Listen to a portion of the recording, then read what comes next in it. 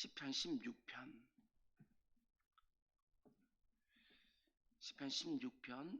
1절과 2절 말씀.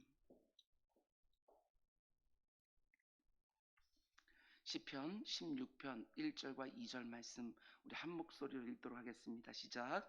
하나님이여 나를 지켜주소서. 내가 주께 피하나이다. 내가 여호와께 아뢰되 주는 나의 주님이시니 주밖에는 나의 복이 없다 하였나이다. 아멘. 아멘. 잠시 기도하겠습니다. 사랑의 주님, 새로운 달을 맞았습니다. 아버지, 이 9월 달에는 8월 달에 경험하지 못한 새로운 반전이 있게 하여 주시고, 그 가운데 속에 하나님께 주시는 각양 좋은 것들을 추수하는 복된 가을을 알리는 9월이 될 수 있도록 인도하여 주시옵소서.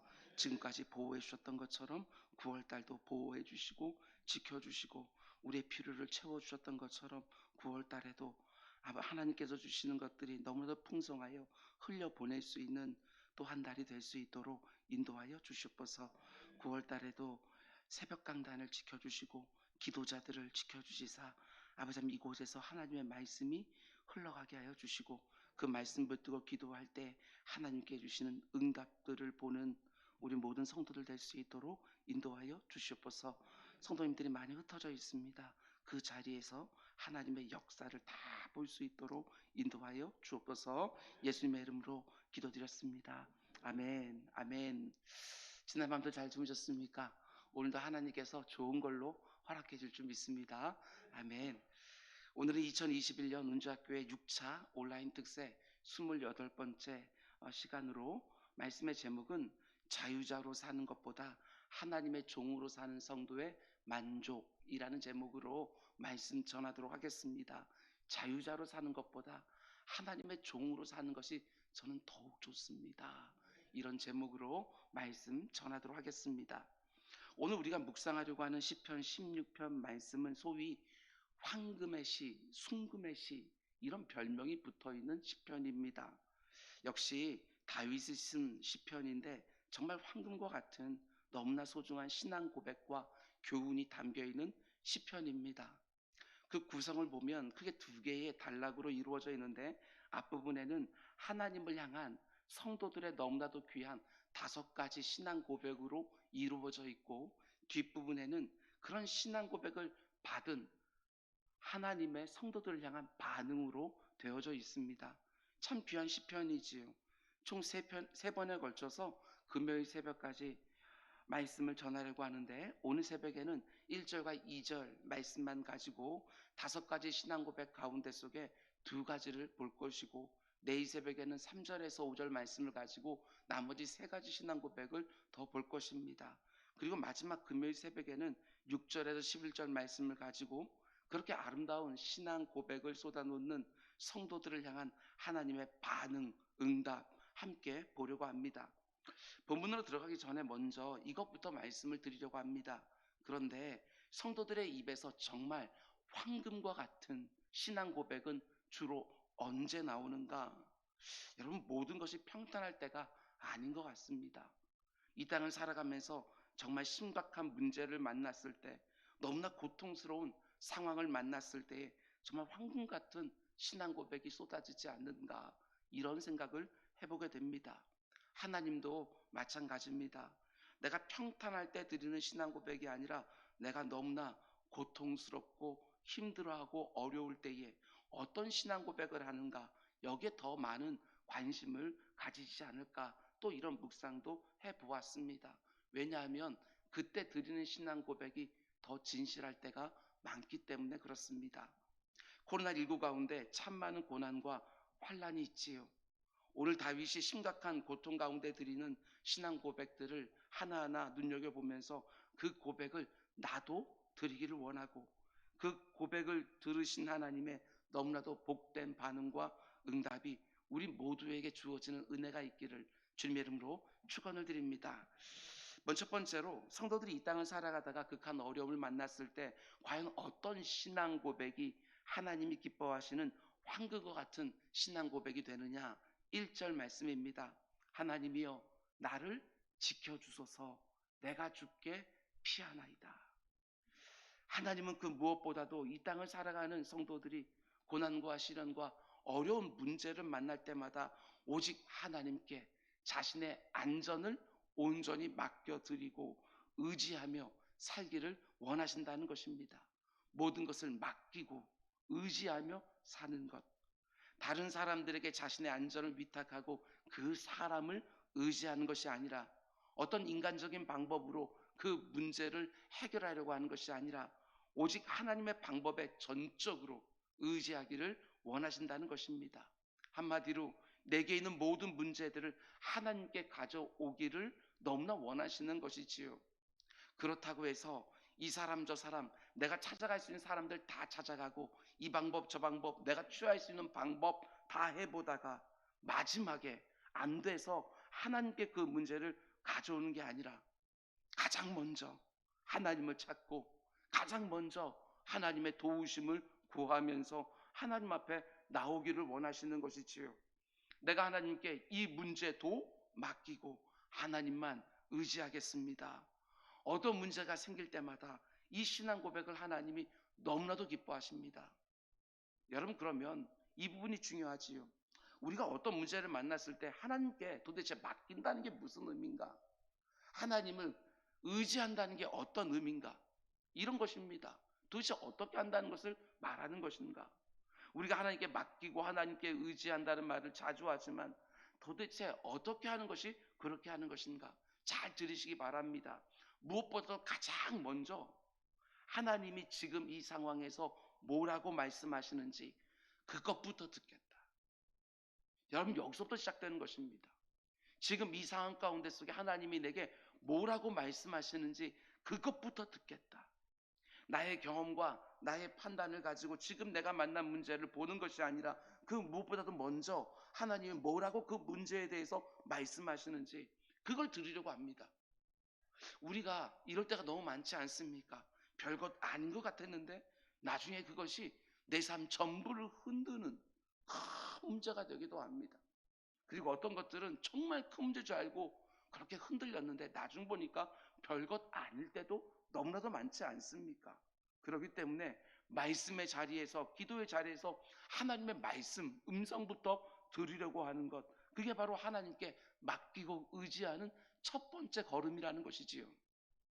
모든 분들이 다 비슷한 경험을 하고 있으리라고 생각하는데 저 역시도 마찬가지입니다. 시편 1편이 말씀하는 것처럼 평소에 주야로 말씀을 묵상하면서 내 신비에 새기고 담아 놓습니다. 그리고 어떤 문제가 생겼을 때 기도의 자리에 들어가면 성령 하나님이 그 말씀 중에 내가 만난 상황에 꼭 맞는 말씀을 생각나게 해주시는 것이지요. 그 말씀 붙들고 기도의 자리로 더 깊이 들어가다 보면 어느 순간 내가 만난 문제의 실체가 도대체 뭔지, 하나님이 지금 이 상황 가운데 나에게 어떻게 하기를 원하는지 그것들을 점점 분별해 가기 시작합니다. 그러면 그 깨달은 것을 가지고 그때 움직이는 것이지요. 그때 행동합니다. 하나님께 능력 구하고 지혜 구하고 의지 구하고 환경 구하면서 움직이기 시작하는 것이지요. 이게 바로 그 상황을 하나님께 맡기고 의지한다는 말의 의미라는 것입니다. 그러니까 하나님께 모든 것을 다 맡기고 의지한다라고 입으로 아무리 고백해도 말씀의 자리, 기도의 자리가 무너져 있으면 아무 소용 없다는 것이지요. 그런데 나의 문제와 어려움을 가지고 하나님께 맡기고 의지할 때 정말 중요한 것이 있습니다. 이거 잘 들으셔야 됩니다. 그것은 문제 해결에만 안달하지 말라는 것입니다. 그것이 궁극적인 하나님께서 원하시는 것이 아닙니다. 그 문제를 가지고 하나님과 더 가까운 자리에 나아가 만나는 것이지요. 그게 궁극적인 목적입니다. 많은 성도들이 문제를 만나면 어떻게 하지요? 문제 해결만을 구합니다. 그것도 내가 원하는 때 원하는 방식으로. 아닙니다. 우리가 너무나 잘 아는 것처럼 지금 이 문제가 해결되어도 이내 또 다른 문제가 생기게 되어집니다. 이 문제만 해결되었으면 내 인생에는 이제 아무런 문제가 없습니까? 그렇지 않습니다. 우리 나그네 인생길은 절대로 그런 게 아닙니다. 금세 우리는 또 다른 문제를 가지고 씨름하는 것이지요. 그러니까 문제풀이식으로 우리는 신앙생활하는 것이 결코 아니라는 것입니다. 내 인생에 문제가 생기는 것, 여러분 이것은 이상한 일이 아닙니다. 나는 문제가 없으면 안 되는 사람이라고 여러분 인정하고 신앙생활을 하는 것입니다. 여러분은 어떠실지 모르겠지만 살면 살수록 정말 인정하지 않을 수가 없습니다. 저한테 그 어떤 문제도 없으면 안 된다는 것을 절절히 깨닫게 됩니다. 문제가 없으면 마치 하나님의 도우심이 없어도 얼마든지 잘 살 수 있는 것처럼 교만해지기 너무 쉽고, 문제가 없으면 제가 드리는 이 기도에도 진심과 힘이 약해지는 것들을 보게 됩니다. 어떤 문제가 있어야 그나마 겸손해지는 것이고, 기도에도 진실한 마음과 힘이 실리게 되는 것을 보게 되어집니다. 그렇기 때문에 단지 문제 해결만 원하면서 안다라는 것이 아니라, 문제보다도 그 순간에 하나님과의 관계에 더 집중하라는 것입니다. 지금 이 문제가 해결되기를 너무 원하지만 하나님과의 관계가 아주 깊은 자로 나가게 되어지면 그 문제가 해결이 되든 안 되든, 이게 중요합니다. 그 문제가 해결이 되든 안 되든 이 문제 때문에 하나님과 더 깊은 자리에서 만남과 교제를 가지는 것, 그게 너무나도 감사해지는 것이지요. 하나님이 그 문제를 나에게 허락해 준 이유도 바로 여기 있지 않겠습니까? 애매히 나를 고난으로 밀어넣으시겠습니까? 하나님께서는 그 문제를 통해서 나와 이루어지기를 원하시는 것이 있다는 것입니다. 내가 그 문제 앞에서 하나님의 말씀을 더 들으려고 하고, 그 말씀을 통해서 더 깊은 기도의 자리로 들어가기를 원하시고, 그 과정을 통해서 나로 하여금 하나님과 더 가까운 자리에서 만나고 교제하기를 하나님께서 원하신다는 사실입니다. 하나님께 그것이 모든 것을 맡기고 의지한다는 의미 아니겠습니까? 뿐만 아니라 여러분, 하나님께 지금 내가 만난 문제를 여러분 맡기고 의지하셨습니까? 그렇다고 한다면 그 신앙 고백 속에 담겨져 있는 의미는 하나님의 일하심을 온전히 기대하며 기다리겠다는 고백이 담겨 있습니다. 하나님께 맡기고 의지한다는 고백 가운데는 반드시 인내가 들어 있습니다. 내가 하나님께 정말 그 문제를 맡겨드렸는지, 내가 하나님을 이 삶을 정말 의지하고 있는지, 그게 뭘로 드러납니까? 그게 바로 인내인 거예요. 하나님께 온전히 맡겨드렸다고 말하면서 채근하는 게 아닙니다. 독촉하는 게 아닙니다. 그 문제를 하나님께 맡겼다는 것은 그 문제의 해결의 때 역시도 하나님께 맡겼다는 의미 아니겠습니까? 가만 보면 우리는 참고 기다리는데 참 재능이 없습니다. 하나님 뜻에 순종한 자세는 분명히 되어져 있어요. 그런데 빨리 그 뜻을 가르쳐 줘야지만 순종할 수 있는 것처럼, 이렇게 말할 때가 얼마나 많은지 모릅니다. 하나님께 맡기고 하나님만 의지한다고 말하면서 인내하지 못한다? 그게 무슨 맡기고 의지하는 모습이겠습니까? 하나님께 지금 이 문제를 다 맡겨놓고 온전히 의지하기 위해서는 인내가 반드시 필요한데, 인내하기 위해서는 또 무엇이 필요합니까? 그게 바로 믿음입니다. 믿음이 없이는 절대로 인내할 수가 없지요. 하나님이 이 문제를 가장 좋은 방법으로 가장 선한 때에 해결해 주실 거라고 하는 그 믿음이 있어야 온전히 맡기고 의지하는 것이지요. 맡겼다고도 도로 뺏어가는 분들이 얼마나 많은지 모릅니다.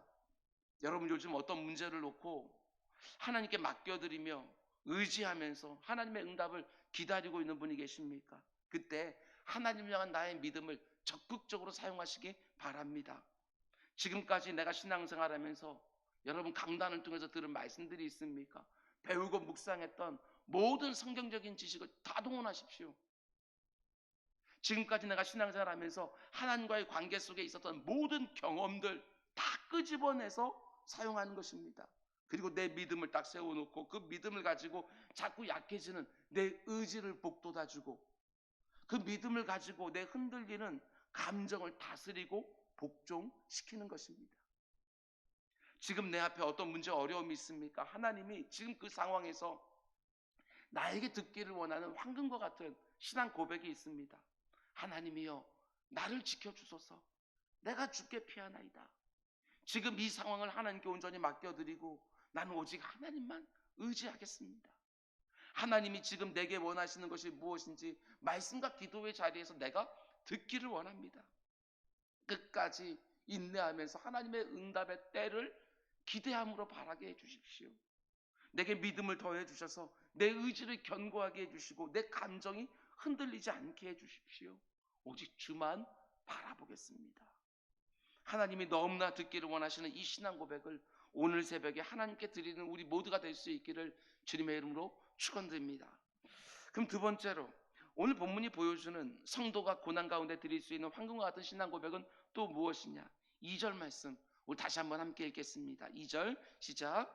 내가 여호와께 아뢰되 주는 나의 주님이시오니 주밖에는 나의 복이 없다 하였나이다. 하나님이 정말 기뻐하실 만한 신앙 고백 아닙니까? 첫 번째는 주는 나의 주가 되십니다. 나의 주인이 되십니다. 두 번째는 주밖에는 나의 복이 없습니다. 주님은 나의 주인이 되십니다. 뒤집어서 말하면 나는 주님의 종입니다. 이런 말이 될 것이고, 주님만이 나의 복, 나의 만족, 나의 기쁨, 나의 영광이 됩니다. 이런 고백을 하나님이 너무나도 기뻐하십니다. 나는 하나님의 종으로 내 마음대로 사는 자유자가 아니라 하나님의 종으로 사는데, 그렇게 하나님의 종으로 사는 게 나의 만족이고 나의 기쁨이고 나의 영광이라는 이 고백 말입니다. 나에게도 이런 신앙 고백이 좀 있습니까? 자유자로 사는 것이 아니라 하나님의 종으로 사는 기쁨이 뭔지 좀 경험하며 살고 계십니까? 그런데 누가 과연 하나님의 종으로 살기를 원하느냐? 우리 잘 아는 것처럼 구약 성경을 보면 희년 제도가 있습니다. 50년을 주기로 희년이 돌아오는데 그때가 되면 모든 히브리 종들을 자유케 해주라는 율법이 있습니다. 그런데 종종 이런 종들이 있다는 것이지요. 지금 자기가 섬기고 있는 그 주인이 너무나도 귀하고 선해서 자유인이 되는 것을 원하지를 않는 거예요. 평생을 그 주인의 종으로 살고 싶어 하는 것이지요. 내가 자유자로 사는 것보다 저 주인의 종으로 사는 것이 더 안전하고 더 만족스럽고 더 기쁨이 있는, 그것을 알기에 그냥 종이 되고 싶은 겁니다. 그러면 어떻게 하느냐? 그냥 자기가 원한다고 되는 것이 아니라 율법에 어떤 과정들이 있습니다. 그 주인의 집 대문에다가 자기 귀를 대고 구멍을 뚫습니다. 그러면 일평생 그 주인의 종이 되는 것이지요. 어쩔 수 없이 그 주인의 종으로 사는 것이 아니라 내가 자원하여 그 주인의 종으로 사는 거예요. 이와 같은 맥락에서 하나님이 여러분과 저에게 정말 듣기를 원하는 황금 같은 고백이 무엇이겠습니까? 이 땅을 사는 동안에 내 자신이 내 인생의 주인이 아니라는 고백을 쏟아 놓으면서 하나님이 나의 주인 되신다고, 나는 하나님의 종이라고, 하나님의 종으로 사는 것이 나의 만족이고 나의 기쁨이라고, 내 인생의 주인이 되시는 하나님이 내게 가장 큰 복이라고 고백하며 사는 것, 이걸 너무나도 기뻐하시는 것이지요. 내가 당신과 같은 주인을 만나서 산다는 것이 얼마나 큰 행복인지 나는 절절히 깨닫고 있다고 고백하는 것, 하나님께서 그것을 너무나 듣기를 기뻐하신다는 것입니다. 나에게도 이런 고백이 좀 있습니까? 하나님이 나의 주인이 되어주시고 내가 그분의 종으로 살고 있다는 것이 정말 나의 만족이고 나의 기쁨이고 나의 복이며 나의 영광이 맞냐는 것입니다.